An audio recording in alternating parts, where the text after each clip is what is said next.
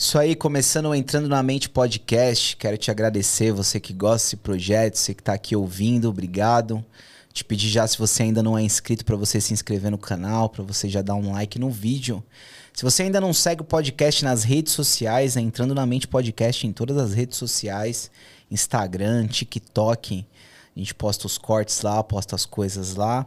E meu nome é Marco Brito, se você quiser me seguir também, é só ir lá no meu Instagram, @eumarcobrito, beleza? Cara, hoje a conversa é pra quem quer entrar no shape. Todo mundo quer, né? Até quem fala que não quer, quer. E todo mundo faz as promessas aí de início de ano, de que vai perder tantos quilos, não sei o que lá. Tem os que querem ganhar também, né? E pra isso eu trouxe meu amigo que é nutricionista e trabalhou também muito tempo como personal trainer, também formado em nutrição, formado em educação física, Ricardo Del. Tudo bom, Ricardo? Tudo, Marco. Beleza? Cara, emagrecimento é um dilema, né, velho? Parece que todo mundo já pensou nessa pauta em algum momento da vida, né? Eu acho que às vezes a gente pensa todo dia um pouco. Não é? Entendeu? No próprio corpo, na autoimagem. Pois é. A gente pensa. Uns querem emagrecer, outros querem ficar mais forte, né? É difícil achar alguém que esteja satisfeito. Não é, É isso cara? que eu acho engraçado. É difícil mesmo, né, É difícil. cara? É difícil. Você chegar num nível de satisfação, né? Falar, pô, tô legal, assim. Só quero manter, entendeu? E por que você acha... Por que é tão difícil emagrecer, cara? Eu acho que é difícil emagrecer porque cada um precisa de uma coisa diferente para emagrecer. Por exemplo, eu tenho casos de pacientes assim, emagreceu bastante e foi fácil, tanto para mim quanto para ela. Quando é um cenário assim, é quando uma pessoa ela só precisa ter um pouco mais de conhecimento na nutrição. Então ela não tem noção de calorias, ela não tem noção do que ela pode ou não pode comer, mas ela não tem dificuldade em seguir uma dieta, em se organizar em relação a isso. Isso é um público. E é um público, eu não diria que seria a maioria. Eu acho que é a metade ou um pouquinho menos da metade. A maioria tem problema por quê? Porque às vezes não é só falta de conhecimento. A falta, né, de conhecimento acontece, mas a pessoa tem um problema muito sério com o psicológico dela. Então, às vezes assim, quando eu estou ansiosa, eu me dou um prêmio. E o prêmio é o quê? Comida. Sim. Eu não consigo me organizar, eu não tenho tempo. E aí, quando eu não tenho tempo, vai para o que é mais prático. E o que é mais prático, às vezes, é mais calórico. Então, emagrecer é difícil porque não existe um caminho do emagrecimento. Existe a teoria, né? Que é diminuir as calorias e tudo. Mas como fazer isso com cada paciente, nossa, muda muito, muito, muito, muito. Sim. E eu acho assim que os nossos hábitos alimentares, da maioria das pessoas, não são hábitos alimentares bons, né? Porque é o que você está falando, são comidas muito calóricas e pouco nutricionais, assim, com poucos nutrientes, né?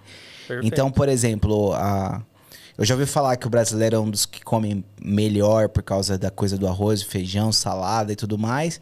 Mas em compensação tem gente que de manhã já manda 2, 3 pães, né? E acaba sendo calórico pra caramba, né? A gente tem um pouco da cultura do happy hour, né? Então, da coisa de sair do trabalho e beber. Isso. As porções são fritas, né? Perfeito. Hoje em dia, a coisa do fast food, dos iFoods, de coisas assim. Então, acaba que a rotina é muito calórica, né? O normal de todo mundo é bem calórico, né? Perfeito. E isso mudou, eu acho que muito culturalmente. Então, se você pega a cultura, né? O hábito do brasileiro de 100 anos para cá, qual foi o salto maior que atrapalhou muito a nossa vida também? A inatividade. Então, por exemplo, você pega 100 anos atrás, né? A gente tem vários casos de vô e vó que comia bacon, que comia tudo feito na banha, que comia muita farinha e não estava acima do peso. Mas por quê? Era uma vida muito, muito de roça pesada. Então, a pessoa acordava 5 horas da manhã, trabalho braçal das 6 horas da manhã até 4 horas da tarde. E isso tem até estudo. Pra você ter ideia, há 100 anos atrás, o nosso gasto calórico era em torno de 1.500 calorias a mais por dia. Mas por quê? Era um trabalho muito braçal. E tudo que a gente fazia, em pé andando, em pé andando. Hoje em dia, Olha como tá todo mundo aqui nessa sala. Sentado. Sentado. E a maioria aqui trabalha como? Sentado. Até pra trocar o canal da televisão, você levantava, né? Não tinha controle remoto, né? Pra ir no banco, a gente ia a pé no banco. Agora a gente consegue fazer tudo no celular. Então, primeiro teve um salto bem significativo em gasto calórico e que a gente não consegue resolver isso. Não dá. Vou resolver isso na academia. Se você fizer um treino pesado de 2 horas e gastar ali, 600 calorias, no dia seguinte você não treina. Então não dá. Não dá para se tornar muito mais ativo. É importante? É. Só que o principal, não dá para você manter aquele hábito de antigamente, que tinha muita gordura, muita caloria, porque não condiz com a vida que a gente vive hoje, entendeu? Sim. Igual antigamente não tinha nem Uber, né, cara? Não tinha nem Você tinha Uber. que pegar o ônibus mesmo, ir andando até o ponto, andando até a estação. Mudou muito mesmo o gasto calórico, né, velho? Muito. E o exercício é um forte aliado, tá? Mas isso o pessoal esquece. Ser mais ativo ao longo do dia gasta mais calorias e é mais sustentável do que o exercício. Gasta mais caloria que o treino até. Gasta mais caloria que o treino. Então você pega uma atendente de shopping de roupa. Ela fica em pé andando o dia inteiro. Quantas calorias ela gasta no serviço? 600, 700. Dá para gastar isso no treino todo dia? Não. Por causa disso eu vou deixar de treinar? Também não, de jeito nenhum. Tem vários benefícios, né? Mas é sempre bom a gente lembrar disso. A relação que a gente tem com as calorias, entendeu? Sim. Tem uma coisa que, assim, o emagrecimento saudável, ele é lento, né? E nem todo mundo quer isso, né? Todo mundo quer o resultado mais rápido, né? É porque, normalmente, ele é lento pela aceitação da pessoa. Então, por exemplo, se você pega uma pessoa que tem obesidade grau 2, eu com obesidade grau 2, eu teria que ter 120, 130 quilos. Uhum. Dá para eu perder, 20 quilos em 3 meses? Dá. Quer dizer que isso vai ser de todo ruim? Não necessariamente. Só que é um cenário em que eu tenho muito peso. Então, se a pessoa tem muito peso, ela pode perder muito peso. Uhum. Isso acontece direto nas minhas redes sociais. Às vezes eu posto assim um resultado de uma paciente e vem outra paciente e fala: eu quero a mesma coisa que ela. Aí eu falo: tá bom, então vamos engordar 30 para você ter o peso que ela tinha antes para depois emagrecer 30. Mais peso vai mais rápido, né? Vai, você consegue perder mais, tá? Só que quando a gente começa a emagrecer, Marco, o corpo tenta se proteger disso.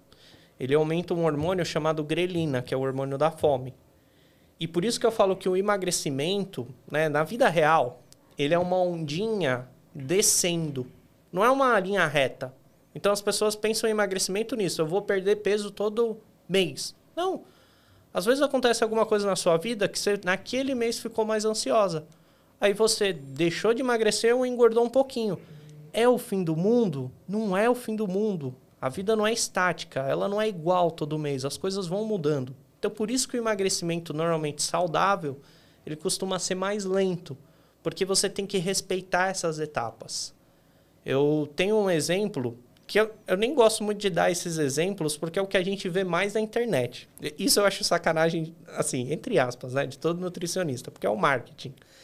Ele só mostra os exemplos das pacientes que perdem todo mês, que emagrecem bastante, mas, 50% não tá tendo aquele resultado. Uhum. Tem gente que não tem resultado. Tem gente que engorda. Tem gente que engorda. Eu tenho uma paciente que, eu adoro ela. Eu sei do meu trabalho com ela. Ela sabe do meu trabalho, né?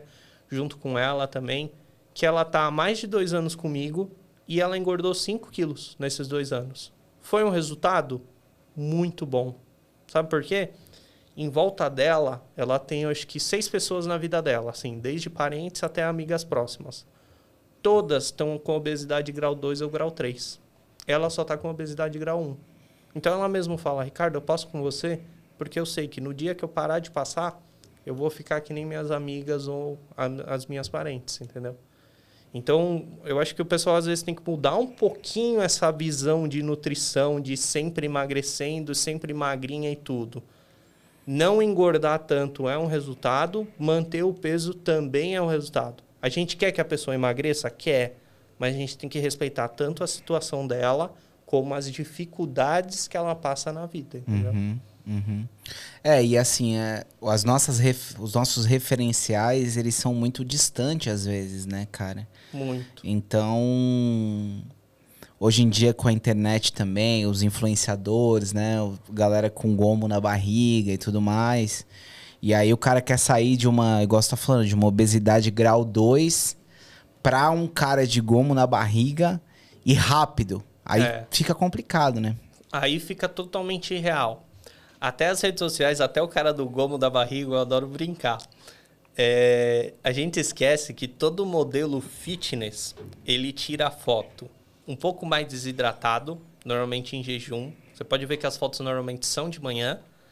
E, como eu disse, em jejum a pessoa não comeu. Porque todo modelo fitness, sem exceção, depois do almoço, não tem gomo na barriga e fica, tipo, barrigudo mesmo, um pouquinho barrigudo. Porque isso é natural. Se entra muita comida e vai pro intestino, a gente fica com a barriga meio inchada. Até esses modelos fitness, até as mulheres fitness com aquela barriga negativa, sabe? Que fica para dentro, fica uma barriguinha saliente depois do almoço. Só que elas não tiram foto nessa hora de jeito nenhum, entendeu? Então isso mostra o quanto engana. Caramba, cara. Porque é difícil ter tanquinho, né? É difícil porque no que você vai emagrecendo, foi o que a gente falou. Uma pessoa com 130 quilos ir para o 100 é mais fácil do que uma pessoa do 100 ir para o 70.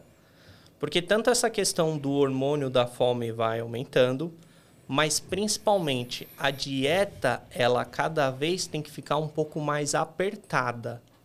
Então, eu acho às vezes sacanagem quando a gente vê alguém assim, né, barriga negativa e tudo, e ela fala, eu como de tudo. Concordo, come de tudo. Só que a quantidade e frequência é muito baixa. Então, você pega uma modelo fitness, nossa, eu como sim meu chocolate.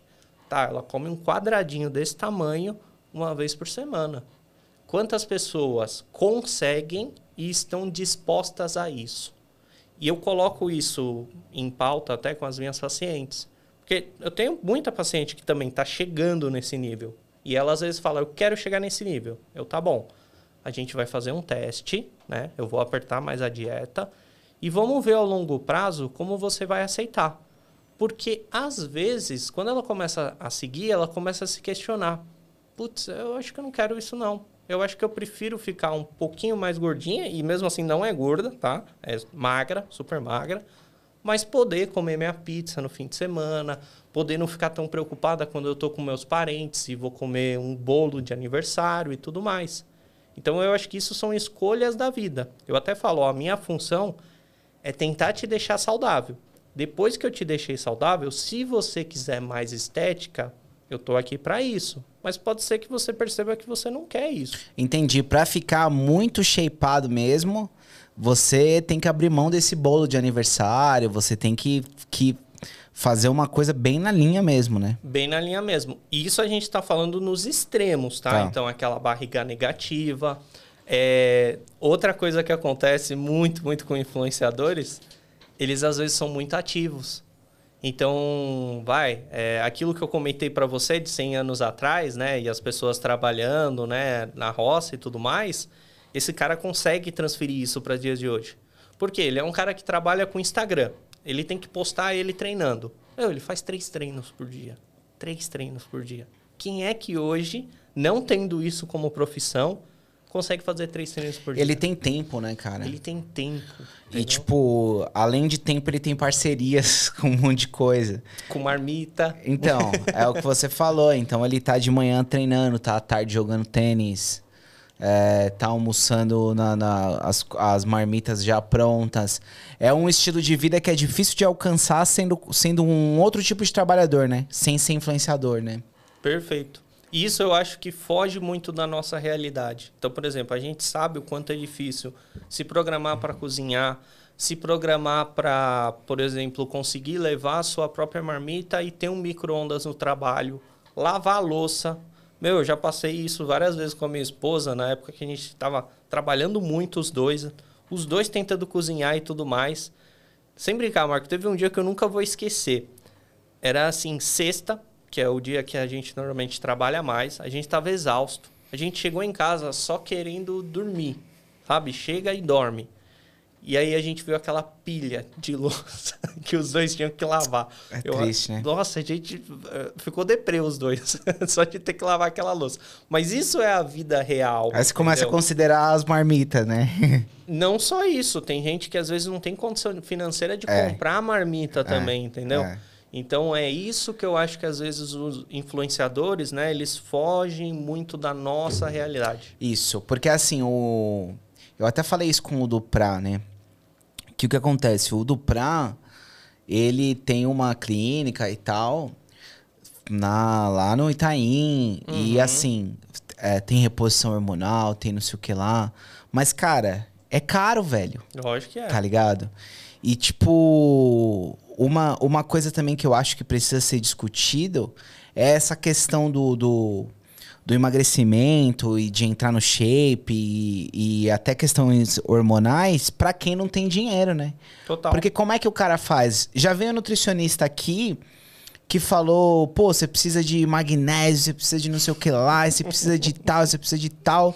E aí eu falei, mano, quanto custa isso? Custa 2 conto o mês, tá ligado? Exatamente. Tipo, não é isso. Os caras, às vezes, eles estão acostumados com uma realidade de uma galera que ganha 30, 40, Perfeito. 20. Perfeito. Que aí o pessoal toma magnésio pra dormir, toma não sei o que lá, vitamina D, B8, B3, B12.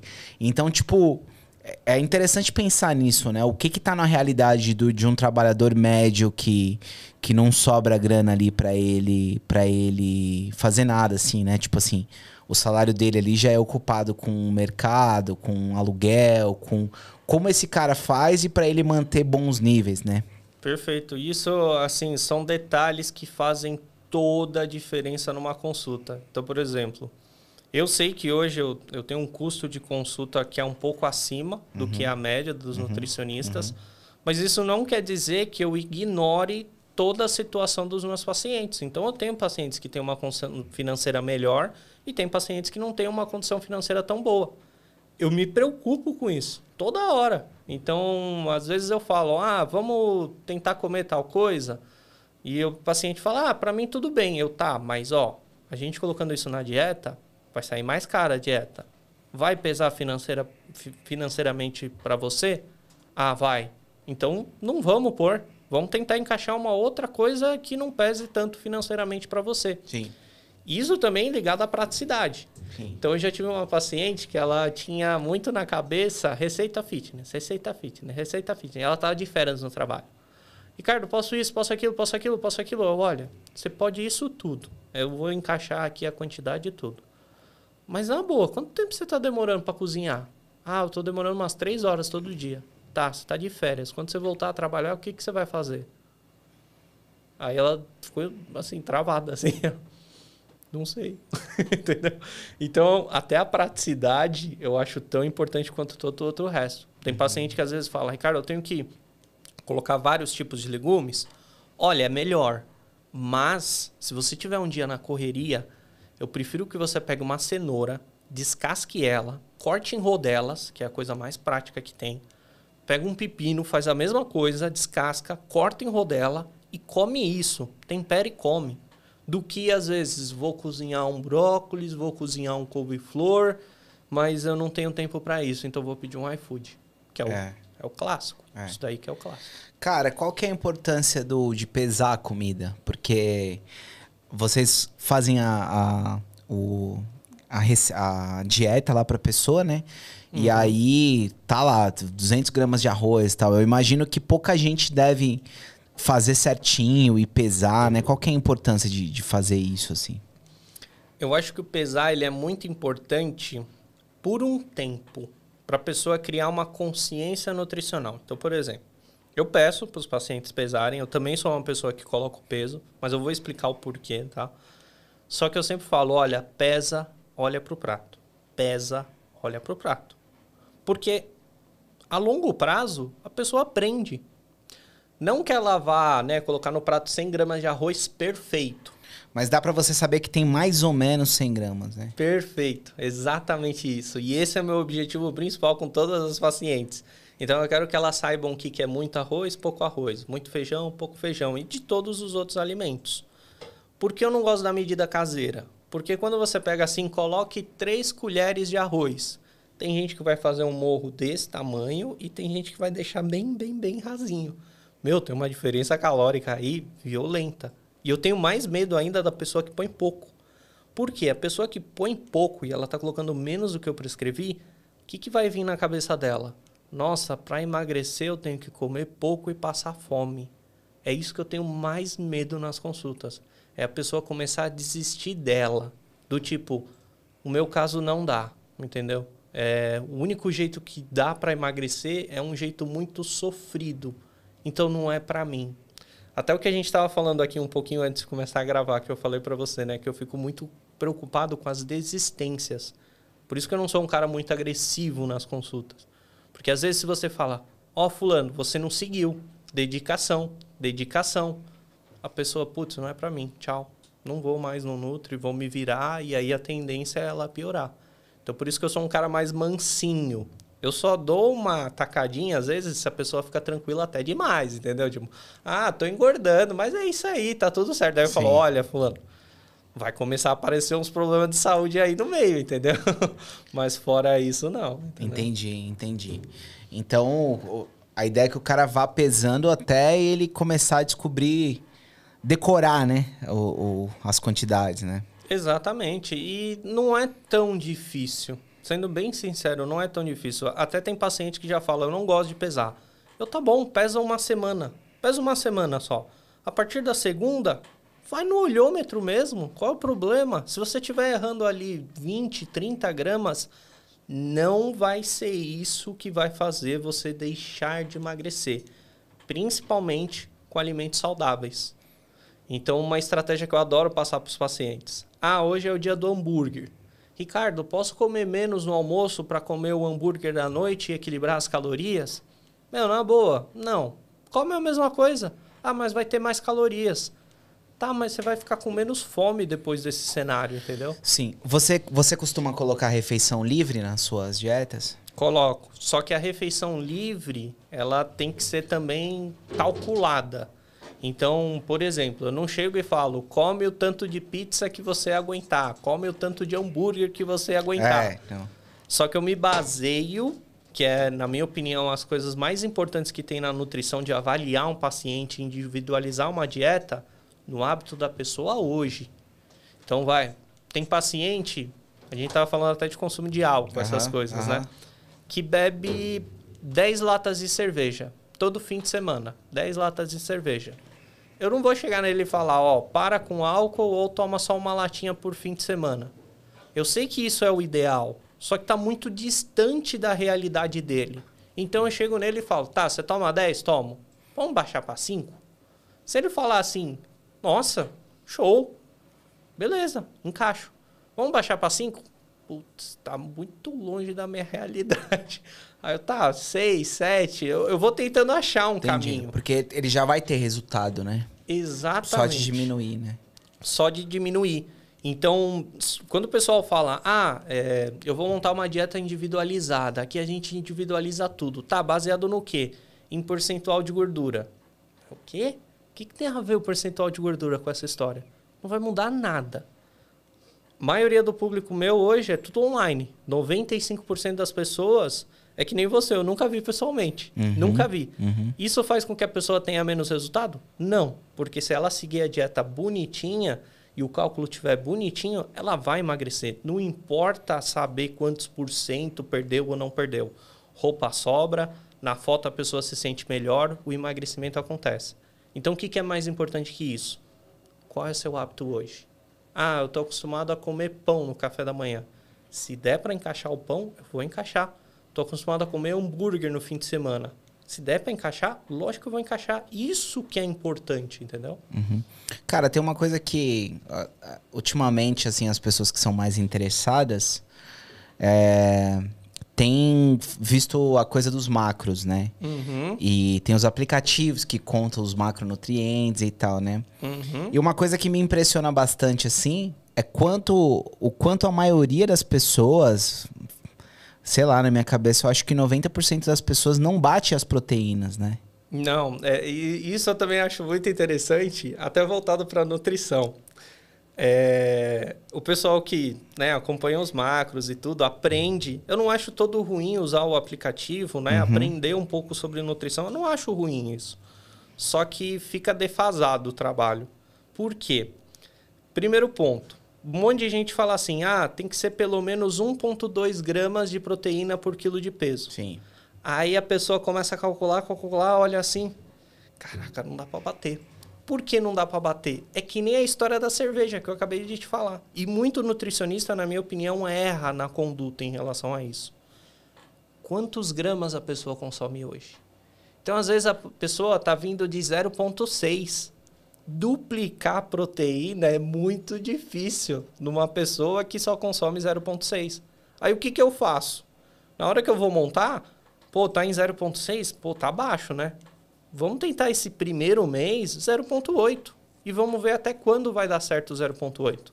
Quando estiver bem tranquilo o 0,8, aumenta para 1. Então, o aplicativo, ele fica faltando muita coisa na prática. Então, primeiro, aceitar o processo. Ninguém, quando faz o aplicativo, põe a própria dieta antes. E segundo, será que essa dieta vai matar a fome? Os macros estão bonitinhos, segui tudo bonitinho. E aí, como tá a noite? Tô morrendo de fome. Então, porque eu numa rotina normal, fica quase impossível bater, né? Sem whey, por exemplo, sem suplementação, né, cara? Porque a maioria das pessoas, sei lá, ali na composição de um prato, ele vai colocar um filé e não 2. Perfeito. E muitas vezes é 2, né? No cálculo. E aí, sei lá, muita gente no café da manhã come o pão com manteiga, por exemplo. Não tem proteína nenhuma, certo? Nenhuma. E aí, então, e muita gente às vezes não janta. Então ele acabou tendo proteína só na refeição do almoço, né? Perfeito. Então, assim, é um tanto muito aquém do que precisava, né? E é até preocupante isso, assim, né? Porque a maioria das pessoas não bate. Não bate, isso é verdade. E aí, sim, eu concordo com você. É um cenário que é indicado a suplementação de proteína. Por sorte, suplementação de proteína, na minha opinião, é barata, tá? Existem suplementos que são muito caros, mas quando a gente faz ali a proporção de proteína pro quilo da carne, é meio que similar em termos de proporção de proteína, tá bom? O que, uns R$200 o quilo do whey, mais ou menos, não? Não, hoje você encontra o whey por R$100. R$100, tá? R$100 você encontra o quilo. E aí, quando você vai ver, é mais ou menos o que paga numa carne de frango, tá? Mais ou menos, tá? Mas mais fácil de tomar, né? De consumir. Mais fácil de tomar. Porém, também tem um cenário inverso. Então, por exemplo, eu tenho muito paciente que ama comer carne. E carne é acessível. Quando eu falo carne, eu tô falando de frango e peixe. Não, até carne vermelha também, tá? Dependendo do corte. Quando eu pego um paciente assim que quer emagrecer, eu nunca prescrevo whey. Nunca. Porque o que vai segurar a fome dele? Carne. Um whey batido, aguinha ali, digestão fácil, vai, na minha opinião, atrapalhar no cenário dele, entendeu? Mas é um cenário em que a pessoa consegue comer bastante carne e a pessoa gosta de comer carne, entendeu? Uma coisa que eu vejo, às vezes, na galera por aí, porque assim, o scoop de whey tem mais ou menos 30 gramas, não é isso? Depende da marca. Depende da marca. Tem scoop que tem 20, tem scoop que tem 40. Você costuma recomendar quanto? 30, mais ou menos? Aí depende de cada paciente. Entendi. Se eu pego um vegetariano, às vezes eu passo 60, 70. Mas existe né, eu já ouvi falar que existe um limite do quanto de que o seu corpo absorve de proteína por refeição. Sim. Então, por exemplo, ele colocar muito whey não faz muito sentido, né? Porque o corpo só vai armazenar até quantas gramas de proteína, mais ou menos? Isso vai depender do peso da pessoa, tá? E, por exemplo, se a gente pega uma pessoa que treina, uma pessoa que usa anabolizantes, muda bastante o cenário, tá? Só que aí tem um outro lado que eu acho que também é importante o pessoal não esquecer, Marco. Não só a proteína é importante, mas também as calorias que essa proteína está oferecendo, tá? Então, uma coisa que é bem clássica isso em dieta de quem quer ganhar massa muscular.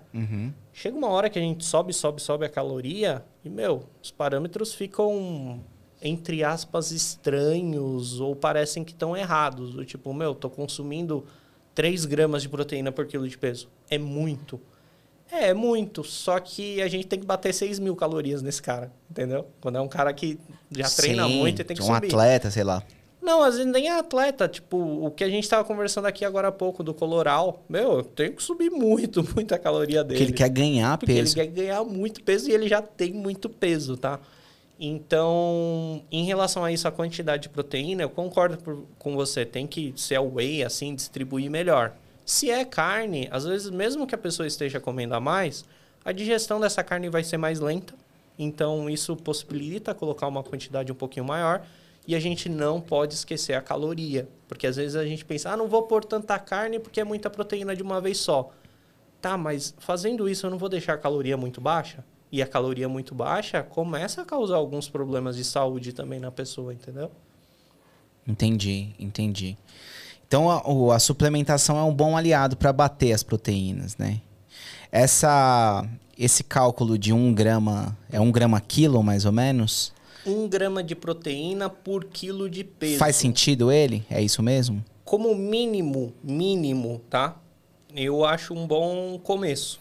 Então um cara de 100 quilos ele deveria comer 200 gramas de proteína? Não, se for pensar em 100 gramas. 100 gramas. Só que aí tem um nó que todo mundo confunde, até para fazer nos macros. 100 gramas de proteína não são 100 gramas de carne. Isso. 100 gramas de filé de frango tem umas 25 gramas de proteína, entendeu? Ele deveria comer 400 gramas de filé de frango dia. Só que aí tem outro nó que todo mundo confunde. Arroz e feijão tem um pouquinho de proteína ali, que também pode ajudar. Então a gente computa tudo que pode acrescentar um pouco de proteína na dieta. Não é só a carne mesmo, sendo a proteína mais rica que a gente tem. 30 gramas de whey tem o que de proteína, assim? Mais ou menos 24 gramas de proteína. Mais ou menos 20, depende do whey. Aí o cara tomando 2 vezes no dia, ele já ingeriu 50 gramas ali. Já ajuda bastante, né? E é fácil. É algo muito fácil. Mas, de novo, se o cara gosta de comer carne, come carne. Ainda mais se quer emagrecer. Você acha que falando em emagrecimento, em corpo em geral, em ter um corpo bonito, músculo e tal, tem mais a ver com a alimentação do que com o treino? 100%. 100%. Por quê? A gente consegue baixar mais calorias na dieta do que no exercício. Em média, as pessoas superestimam o gasto calórico. Então, elas acham que estão gastando mais do que realmente estão gastando e subestimam o consumo calórico. Tem até artigo científico nisso. Eu acho o artigo muito legal e dá uma consciência disso. Sim. Então, a pessoa vai lá e faz um treino de 1 hora. E aí, depois ela tinha que responder um questionário. Quantas calorias você acha que respondeu? A maioria responde assim, gastei umas 500. Na vida real, ela gastou umas 150, 200. E aí, depois ela come um pedaço de bolo. Quantas calorias você acha que consumiu aqui no bolo? Acho que consumiu umas 150, 200. E no fundo ela consumiu umas 500. Então, é muito comum, até em senhorinhas, né, em academia, a gente ouvir: eu não faço musculação porque eu engordo na musculação. E é por quê? Porque a senhorinha começou a fazer a musculação e comeu um salgadinho depois, ou um bolo depois, que ela nem comia. E aí ela engordou por conta da dieta dela, e não por conta do exercício. Eu já falei isso muito na internet e já fui até atacado por conta disso, mas porque as pessoas não entenderam o que eu quis dizer. O que eu quis dizer é assim, gente, não fica dependendo do exercício para emagrecer. Sem exercício, você vai emagrecer. É o melhor emagrecimento que tem? Não. É um indicado para todo mundo? Não. Mas tem gente que você vê a vida da pessoa e você vê que a pessoa, não vou treinar e pronto, entendeu? Mesmo se eu fizer dieta ou não, eu não vou treinar. Então, eu gosto de não tirar a esperança dessa pessoa. Do tipo, tá bom, você não vai treinar? Eu garanto que você emagrece do mesmo jeito. Você vai emagrecer, você vai perder gordura, vai perder um pouquinho de massa muscular e tudo, mas você vai ser uma pessoa mais saudável. Agora, quem às vezes depende do exercício, não, eu só emagreço com o exercício. Sinto lhe informar, porque se às vezes você treina muito, mas a dieta tá toda bagunçada, você pode mesmo assim não emagrecer, entendeu? Entendi. A dieta tem que levar à risca, não tem jeito, né? Tem, só que a risca, eu brinco com muito paciente, né? Que às vezes o paciente fala, Nutri, esse mês segui 100% a dieta, hein? Arrisca. Mas é mais fácil seguir uma dieta, né? Quando tem hambúrguer, quando tem o seu chocolate que ama e tudo mais. Tá de parabéns, entendeu?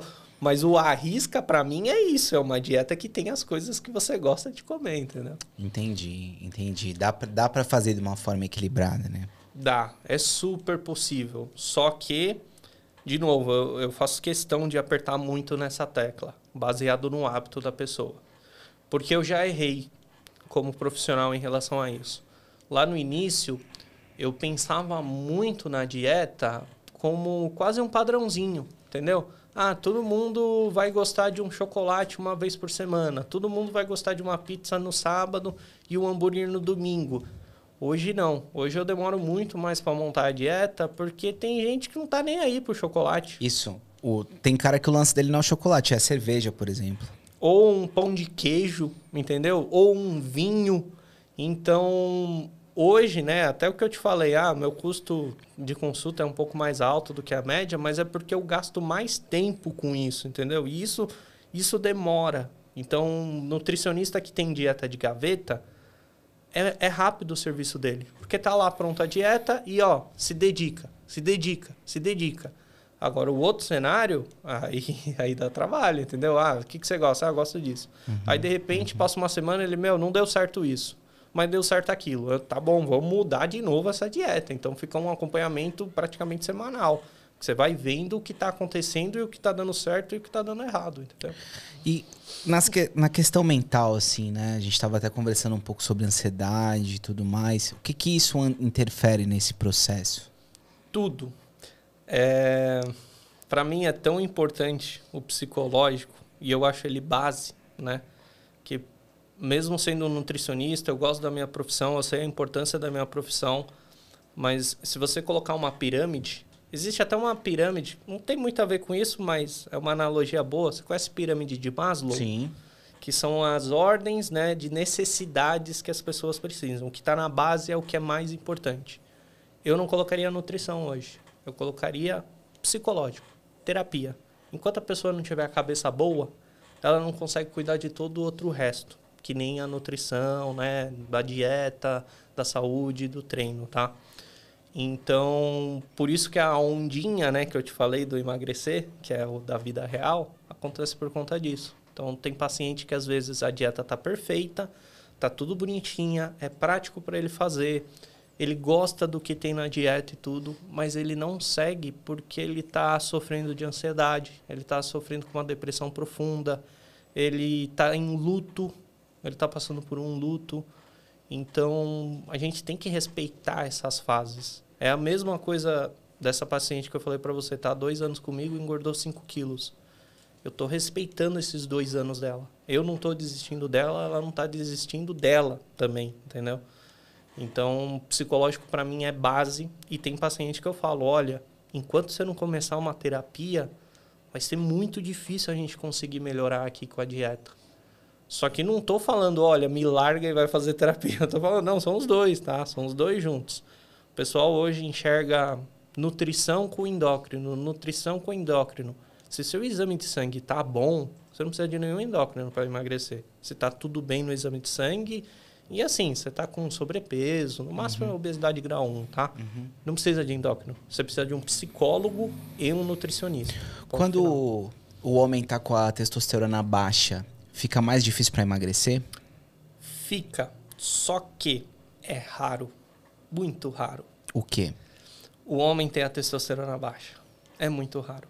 Então, você pega valores de referências. Uma das coisas que eu acho que fazem mais errados, isso na área de medicina, e às vezes nutrição e personal fala isso e está errado.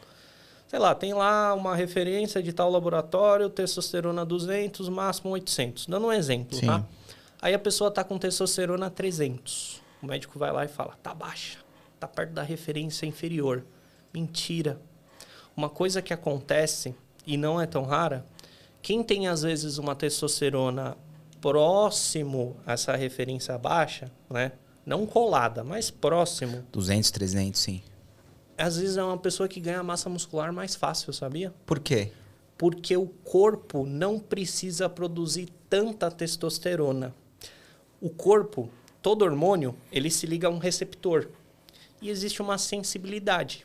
Então, receptor sensível, encostou, já fez efeito.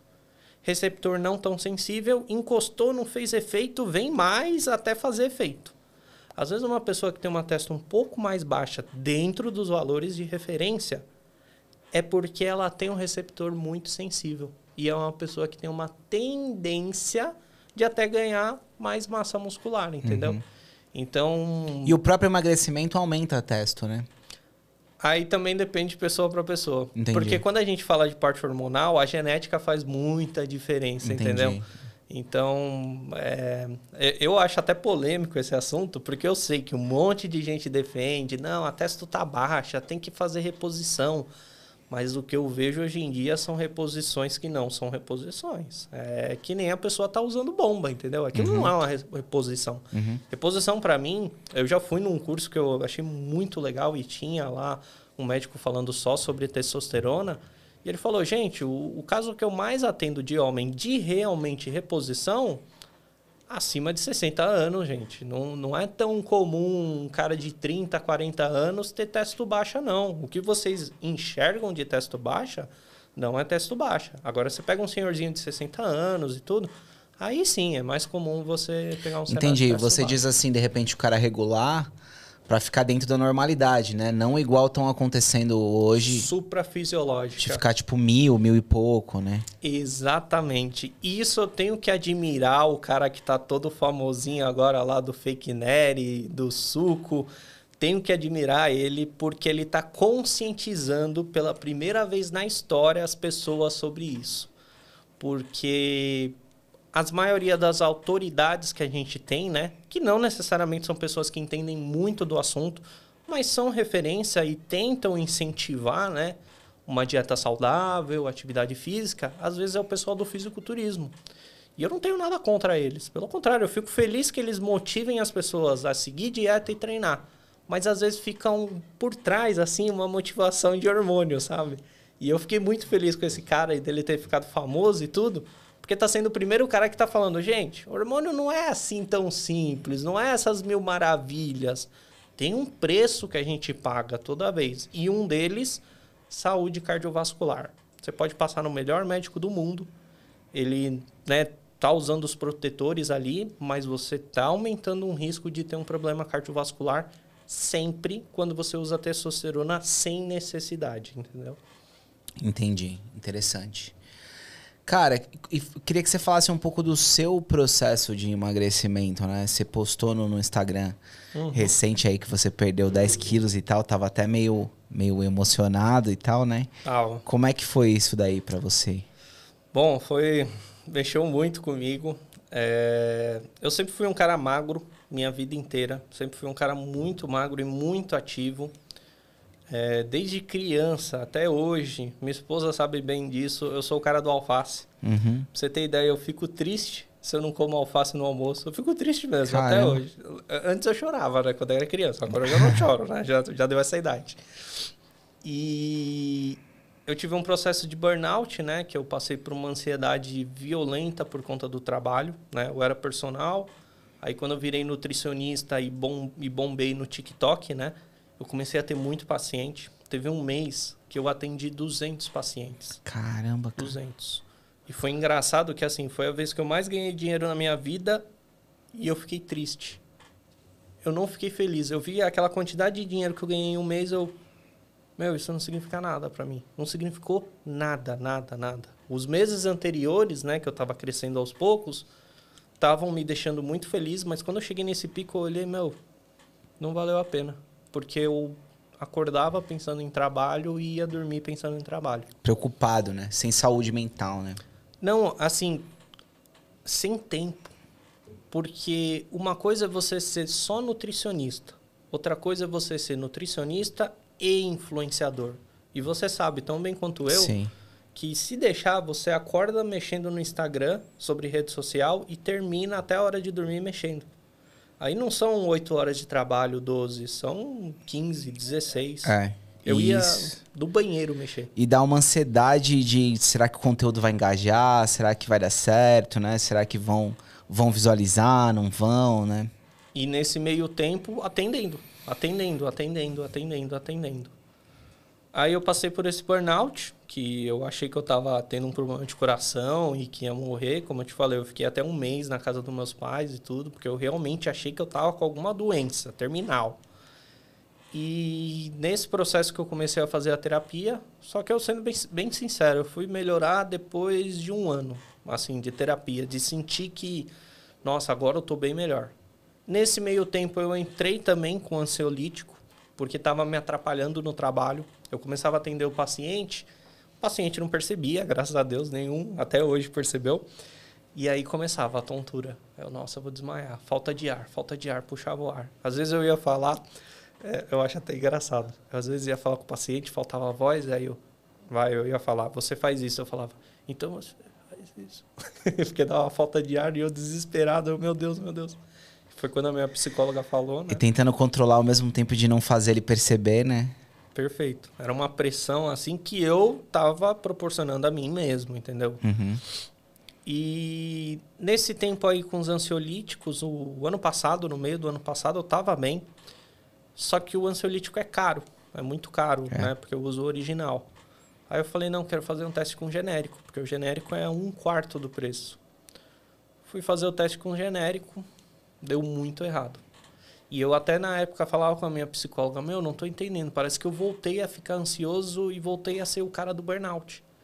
E a minha psicóloga falou, Ricardo, não é isso. Eu te conheço, eu tô te acompanhando há mais de um ano, você não tá ansioso. Eu acho que o remédio tá te dando efeito colateral. Só que nesse meio tempo, eu descontei tudo em comida. Então imagina, o cara que pesou 70 quilos a vida inteira, era o cara da saúde, era o cara que foi personal, era o cara que foi para nutrição, surf, academia, tênis, super ativo, pesando 107 quilos. E assim, muito acima do peso, com preguiça, não querendo sair da cama o dia inteiro, querendo ficar no sofá, com preguiça de ir treinar. Sim, uma espécie de uma depressão até, né? Uma espécie. Eu só não falo o que é, porque, de novo, foi muito relacionado à medicação. Uhum. Porque eu relativamente estava me sentindo bem. Sim. E o que é mais Mas a doido, sensação é essa, né? É de baixa energia. Isso. Baixa energia. E o que é mais doido, os pacientes emagrecendo, que era uma maravilha. Então, tipo, isso doeu muito no meu ego. Porque... Aquilo que você ensinava, você não conseguia aplicar. Exatamente. Não só para os pacientes, mas nas redes sociais também. Então, eu tinha que falar de várias coisas que eu mesmo não estava fazendo e eu via os pacientes fazendo. E, tipo, você fica com vergonha. É real. Você engordou 37 quilos? Não numa tacada só. Então, assim, eu era o cara que sempre pesou 70, aí depois eu ganhei massa muscular, fiquei com 80. Aí depois do burnout eu fui devagarzinho até uns 90, mas eu tava forte. Eu tava um pouco gordo, mas ao mesmo tempo forte, tá? Tava bem forte. E aí foi desses 90 para os 107 mais ou menos, que foi nessa época. Que aí eu engordei uns 17, pra valer. Sim. Aí foi quando eu ainda levei um tempo isso, né? Eu tava meio desencanado e tudo. Só que aí eu fui no médico e aí que doeu mais ainda. A parte de colesterol tava um pouquinho alterada, mas não muito. Fui fazer ultrassom, gordura no fígado. Grau 2, que é moderado. Assim, não é o fim do mundo, mas é preocupante. Tem que ficar de olho, né? Aí caiu, assim, a consciência. Assim, não, tipo, não sou eu, entendeu? Eu tava, tipo, não conseguindo aceitar. Eu não sou isso, entendeu? E meu pai é um cara muito ativo, muito saudável. Meu pai tem 67 anos, ele surfa, joga tênis no mesmo nível que eu, até de correria. Cara magrinho e competitivo. Caramba. Então eu tava com vergonha do meu pai. E meu pai não pensava duas vezes antes de falar, você tá gordo, seu porra. Porque meu pai é português, ele me chama de porra. Sei. E eu assim, não me enche. Aí a gordura no fígado foi o que mais mexeu comigo. Aí eu falei, não, preciso mudar agora.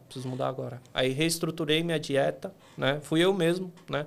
Cheguei até a tentar fazer uma dieta com um amigo meu, que é nutricionista, porque eu pensei, né?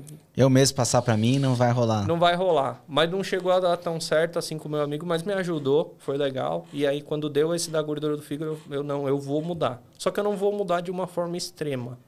Então, eu ainda comi um pouquinho de chocolate, comi ainda um pouquinho de pizza e tudo mais. E aí eu fui emagrecendo. Aí eu fiquei muito feliz que eu perdi, né? Fui para mais ou menos uns 92 quilos, que é o que eu tenho hoje. Depois de uns 3 meses, mais ou menos, não foi de um mês. Me senti bem melhor, mas eu sabia que a gordura no fígado não ia sair tão rápido. É um processo que demora mais. E a médica falou, volta daqui 6 meses. Eu até demorei mais.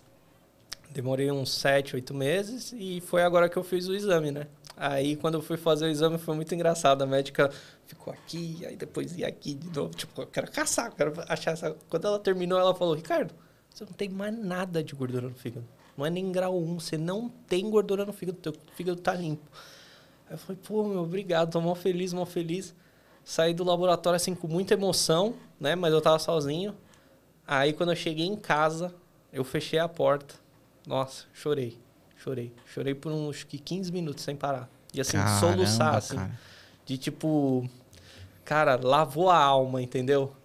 E aí eu... Foi aí que eu tirei a foto, eu fiquei até assim, meu, posto ou não posto? Posto ou não posto? Aí o que eu mais tento defender hoje nas redes sociais é mostrar a vida real, entendeu? Eu falei, meu, eu vou postar porque é isso que é a vida real, entendeu? Porque eu não tenho saco do pessoal tentar mostrar que é tudo feliz, tudo legal, nutricionista como se todo paciente que passa com ele emagrece fácil. Eu mesmo sou um cara que não falo isso nas redes sociais e, meu, eu vou postar isso agora.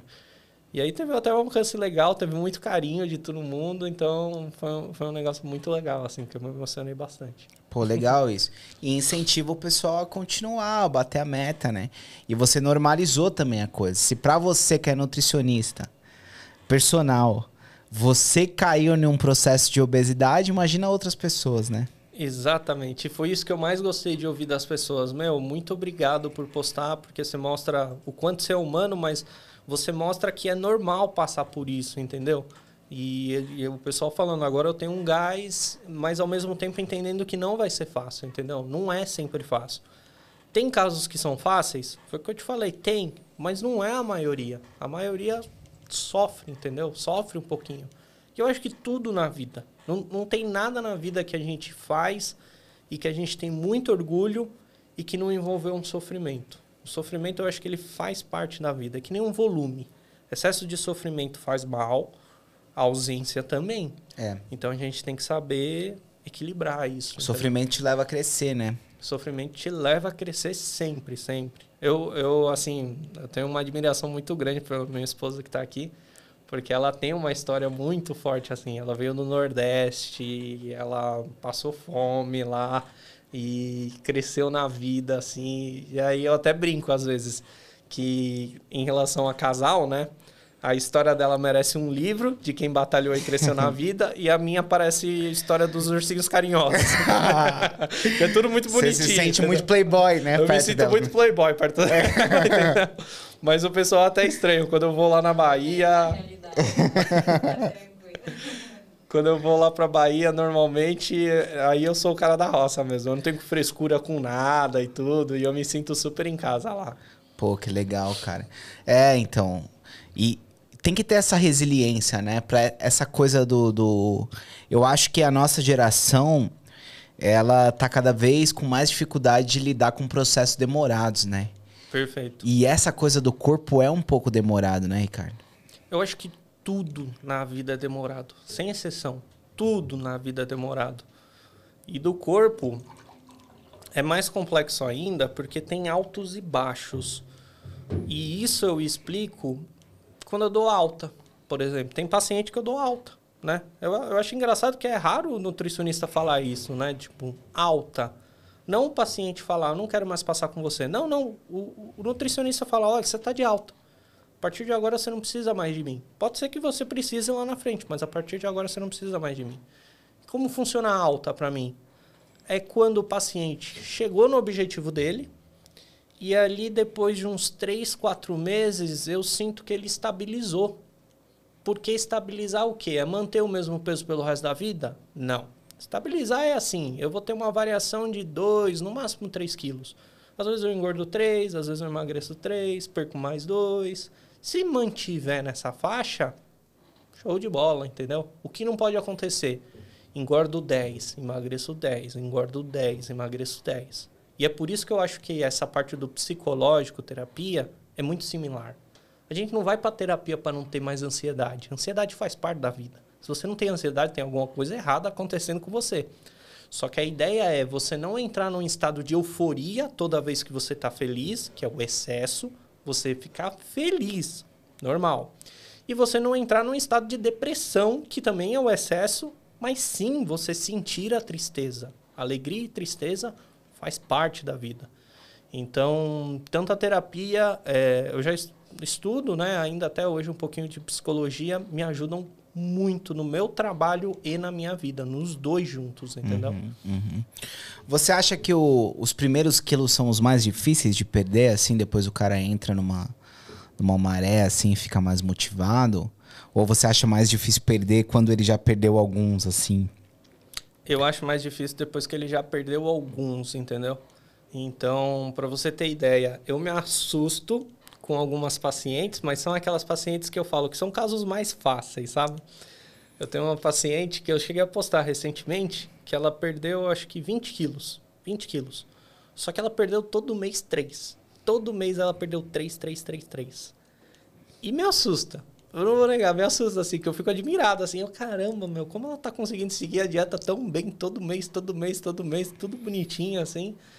Então, os primeiros eu não acho tão difícil. Até porque quem faz dieta, às vezes por conta, dieta extrema, a pessoa consegue perder. Um mês. Um mês é pouco. É o que você acabou de falar. Eu acho que existe uma dificuldade muito grande de pensar em longo prazo. As pessoas querem tudo para ontem. Tudo para ontem. Um mês não é nada. Tudo que eu falo para os pacientes, vamos criar metas de 6 meses ou 1 ano. E a pessoa até assusta. Tá louco, Nutri? Isso daí é muito tempo. Cara, você tá há quanto tempo com esse peso? Eu tô há 10 anos. Então, qual o problema da gente criar uma meta de 6 meses, 1 ano? Tem alguma coisa grande que você fez na vida em 1 mês? Não. Ninguém faz nada grande em 1 mês. Para começar a fazer alguma coisa é 6 meses, 1 ano. Então, começa a ver o processo e o longo prazo. Para de ver o agora. O agora vai ser, emagreci 1 quilo, legal, vou comer um bolo inteiro. E aí não sai do lugar. Sim. Não tem jeito, tem que aprender a olhar no longo prazo, né, cara? Tem que aprender em tudo na vida. Tudo, até na terapia. Então, uma das coisas que eu explico para as pacientes, quando elas vão começar a terapia, eu falo, gente, os primeiros 3 meses é só para te conhecer. O psicólogo está lá em 3 meses para começar a te conhecer. Sim. Para começar um processo a partir do 4. E outra, para de pensar que terapia é remédio de ansiedade. A terapia que realmente resolve o problema, sim, o remédio de ansiedade é uma muleta para você conseguir lidar com o processo. Como a terapia não é remédio de ansiedade, vão ter muitas sessões que você entra nela bem, feliz e termina a sessão se sentindo um lixo. Só que isso, a longo prazo, é muito importante. Sim, porque você precisa entrar em contato com o que te incomoda, né, cara? E não colocar embaixo do tapete. Então, burnout, né, todos os problemas que vão ficando mais sérios, é porque a pessoa vai pondo embaixo do tapete e chega uma hora que essa bomba explode. E a terapia, às vezes, vai cutucando para não explodir lá na frente. E tem gente que quer abandonar por conta disso. Não, eu vou lá na terapia e eu me sinto mal. Faz parte. Eu sei que dói. Eu sei que não é legal sempre. Sim. Mas isso vai fazer muito bem lá na frente. A função do psicólogo é te colocar de frente com esse monstro, né? Exatamente. E ele faz isso de forma sutil. Eu sei que, né, às vezes a gente esquece, né? Tem psicólogo bom, tem psicólogo ruim, claro, como qualquer área, né? Mas se é um profissional bom, ele vai fazendo isso de forma bem sutil e devagar, entendeu? Sim, e... O que eu ia falar? Esqueci o que eu ia falar agora de... por exemplo, essa coisa de não entrar em contato. Tem gente que tá vendo que começou a engordar e aí começa a não se pesar mais, começa a não se olhar no espelho, sei lá, como se fosse evitar entrar em contato com essa realidade, né? Foto é muito comum, não quero aparecer na foto, não, né? Tipo, coisas assim, né? Isso foi uma das coisas que eu acho que foram enriquecedoras, apesar de ter sido um sofrimento, quando eu estava obeso. Porque eu só comecei a entender na pele o que as pessoas passam quando eu estive na obesidade. Eu entendia, eu respeitava antes, mas quando você sente na pele, dói muito mais. Então eu mesmo não queria tirar foto naquela época. Você fica mal de ver as roupas sobrando, mas ao mesmo tempo você fica, entre aspas, feliz quando você usa uma roupinha mais larga e aquilo te deixa um pouco mais confortável, entendeu? Você começa a ficar mal de, pô, nunca na minha vida eu me agachava e aparecia o cofrinho. E de repente o cofrinho começa a aparecer toda hora. O tamanho do seu rosto. O tamanho do seu rosto, você vê, né, o formato mais lua, inchado, e você, tipo, meu, não parece que sou eu. Parece que é outra pessoa. E isso é um dos principais motivos que a pessoa começa a não querer tirar foto. Ela não quer, não é só o corpo. Ela tem vergonha do rosto dela. Ela não quer aparecer, entendeu?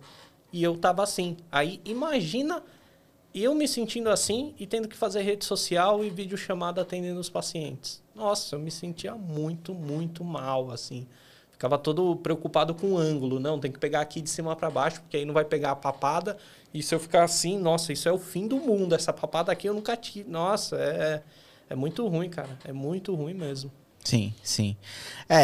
Muita gente não assume que tem esse sofrimento, entendeu? Sobre a pesagem que você me falou, né? Que tem muito a ver com isso. É a mesma história do volume.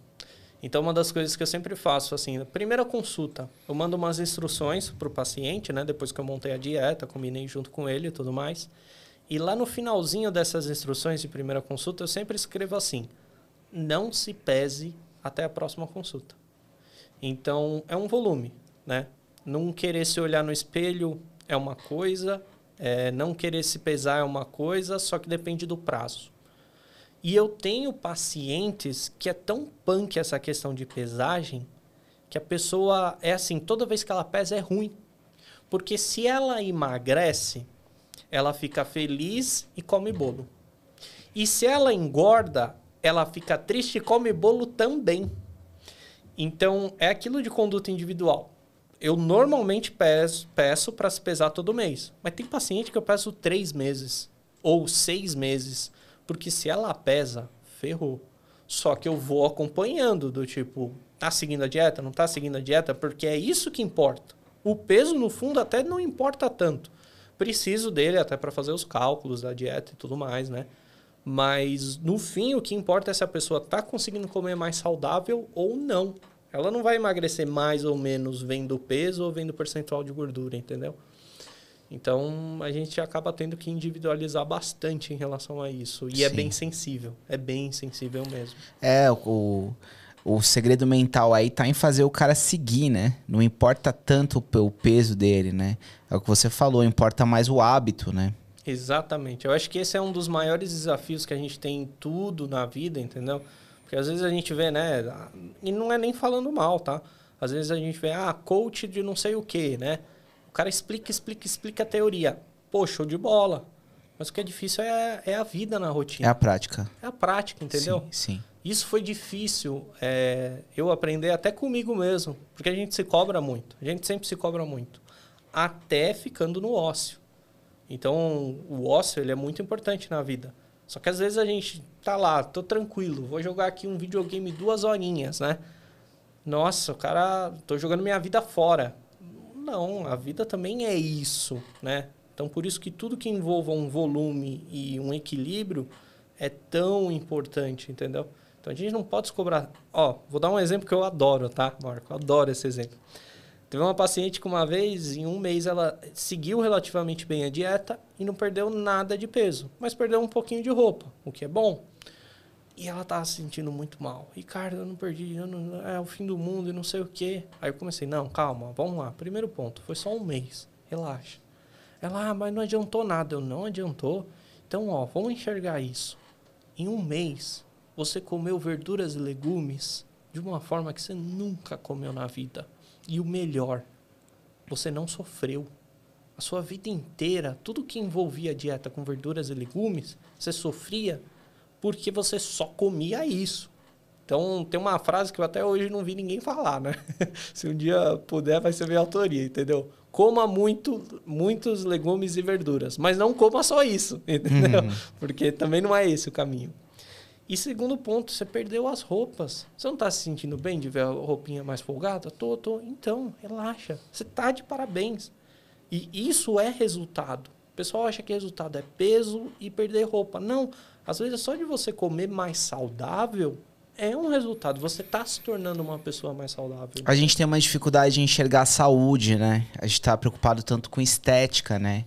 Mas é o que você tá falando, essa alimentação vai melhorar os índices dos exames, vai melhorar várias coisas no campo da saúde, né, cara? Perfeito. Isso tem a ver até com o que eu falei lá atrás do exercício, né? Fica parecendo que às vezes eu não incentivo o exercício, sendo que eu era personal. Então eu sou o cara que mais incentiva exercício. Se você pega uma pessoa que está acima do peso, junto com outra que também está acima do peso, mas essa é ativa, mesmo que ambas estejam acima do peso, a ativa vai ser mais saudável do que a não ativa.